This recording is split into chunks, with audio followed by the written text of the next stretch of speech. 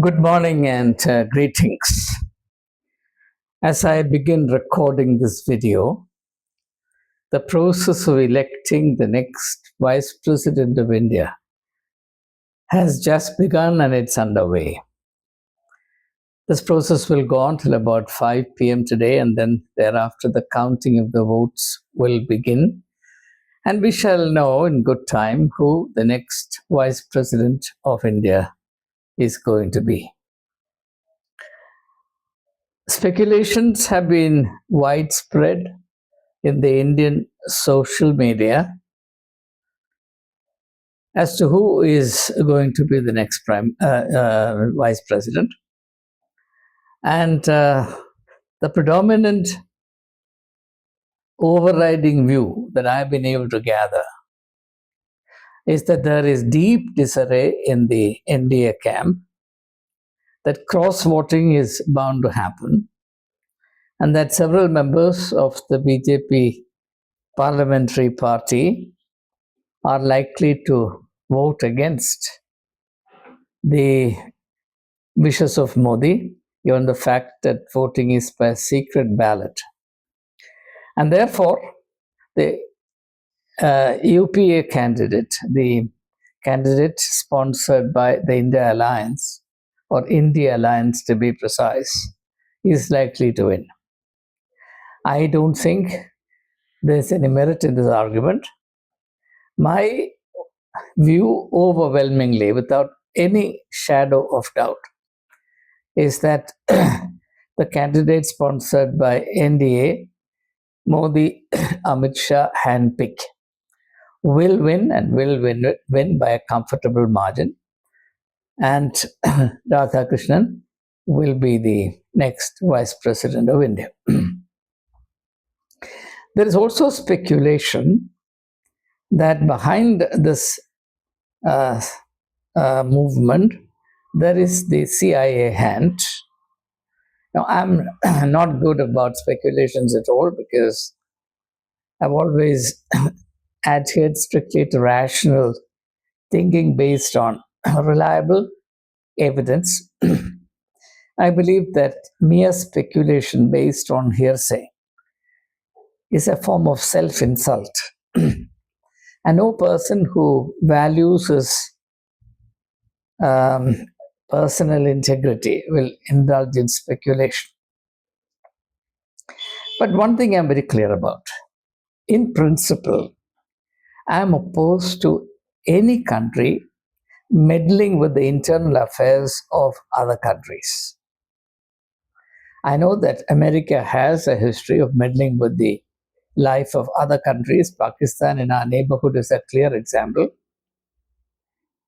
Imran Khan, who enjoyed a comfortable majority, was brought down unceremoniously because of the American interference. And look at the disastrous consequences that have followed thereafter.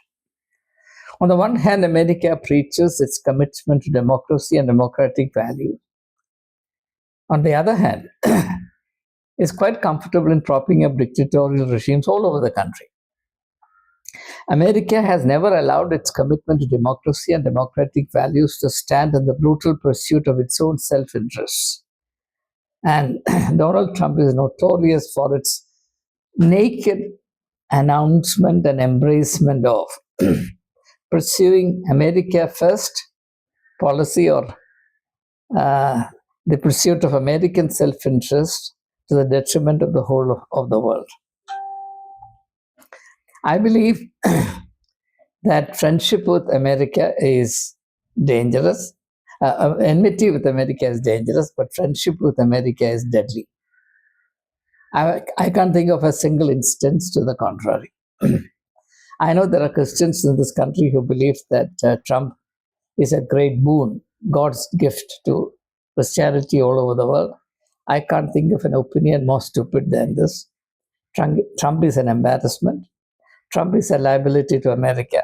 And unfortunately, he is not happy to stop with that. He wants to prove that he is a liability to the human species as a whole, to the global community. Therefore, as an Indian, I would like to take a position in complete and utter opposition to any form of interference in the internal affairs of my country.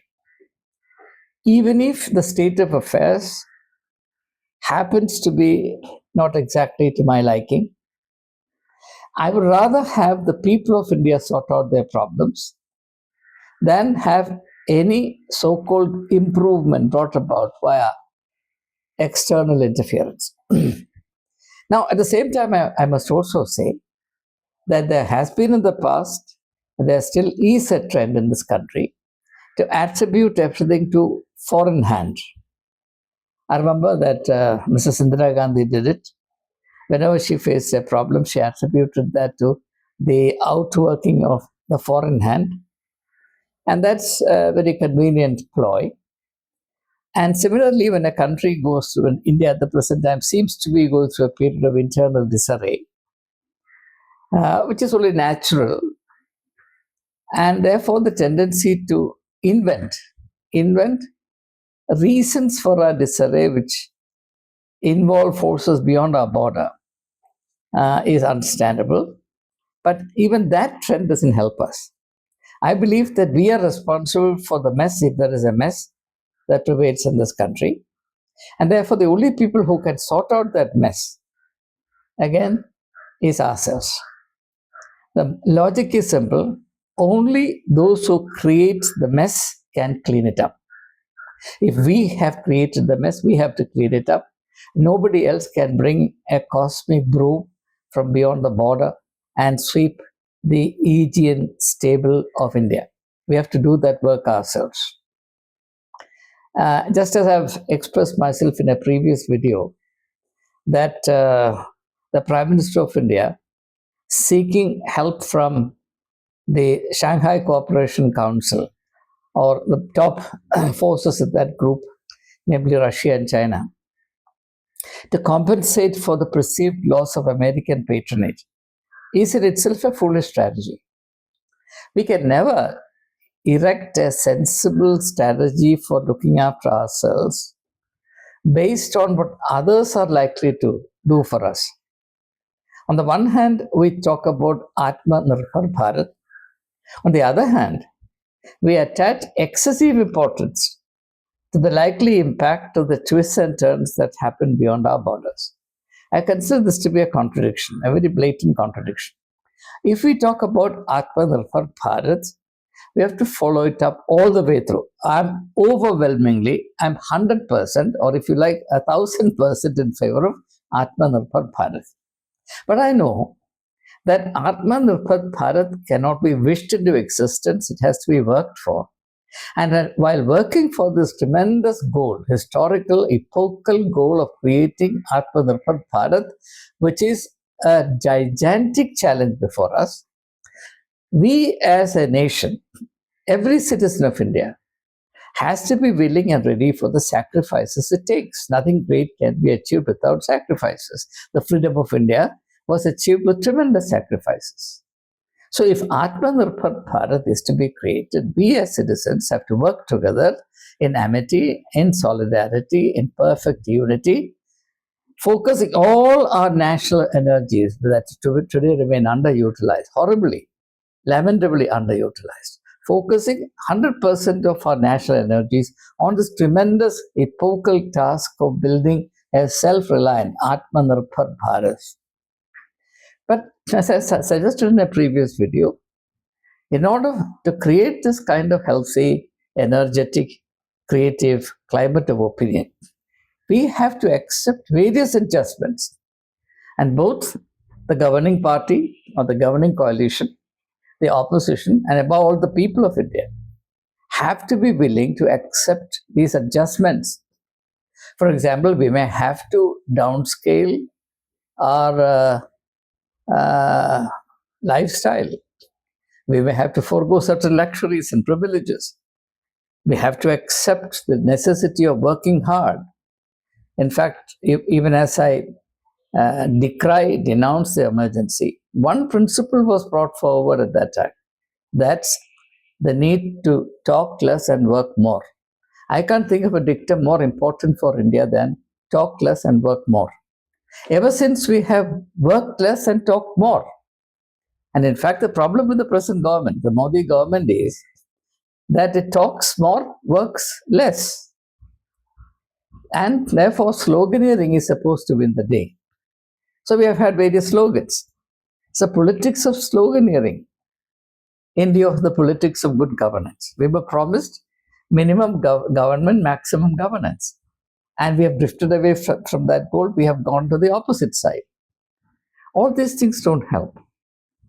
If we declare our goal to be Atmanirbhar Bharat, and we are sincere about it, we have to sit together and understand, develop national consensus on what it takes to achieve that goal, and see how the various constituent elements can be facilitated, empowered to participate in this tremendous national goal.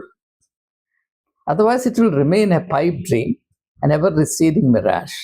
We can go on talking about Atmanirbhar Bharat and run from this camp or that camp, this formation or that formation, and woo this leader or that leader, and showcase ourselves as the favorite of this party, this country or that bloc.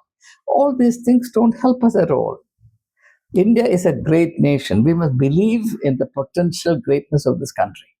And we must then develop a commitment, an unwavering, unapologetic, fierce commitment to articulating the full glory, the full potential of the genius of India. We must believe in the genius of India. And we must believe in our duty to fulfill the genius of India, not merely for our own sake, but for the sake of humanity at large. That was the vision that Gandhiji had. That was the vision that Mahatma Gandhi, that Pandit Nehru had. It has become a fashion to ridicule and deride Pandit Jawaharlal Nehru. But I can tell you, I don't see a politician today in India who is as great a statesman as Nehru was. This is not a political partisan view. The whole world will accept it.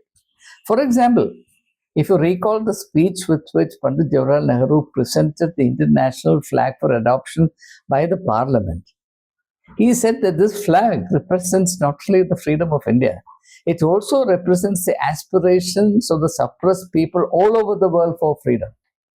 So even as we cherish our freedom, we must also become the sign of hope for suppressed, colonized countries elsewhere to attain their freedom and dignity.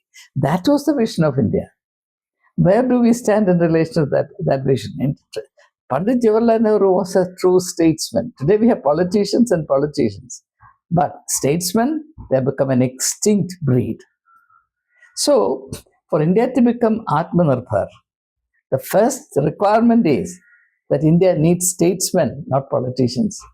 The political outlook, unfortunately, is merely one of looking at every situation in terms of what can be got out of it for oneself and one's party. So the idea of nation building is actually outside the pale of politics. Only statesmen can become nation builders. And I hope and pray that we get statesmen, not crass, unscrupulous, brutal politicians who believe that the best thing for the country is that 140 crores or 1.4 billion people are under their feet. So, let me come back to the point I started with. Who will win the presidential election? Surely the candidate sponsored by Narendra Modi and Amit Shah. Will there be a regime change in India? Avowedly not. Certainly not. Should any foreign force, foreign country intervene in our internal affairs? No. Should the mess continue in India? No. So what should happen? All of us should assume an attitude of responsibility for building a healthy nation and a sound society, and be very forthright and truth-speaking regarding what needs to be involved in that process. Merely talking about building an Atmanirbhar Bharat, a great new India, and doing nothing for it is an exercise in self-deception. And that will take us nowhere. I say, I believe in the genius of India. And I carry a sadness in my heart that we have failed and are still failing to do justice to this genius. And the day India discovers her genius and does something about it, we will become indeed a nation that becomes an object of envy among the comity of nations in the world. Jai Hind.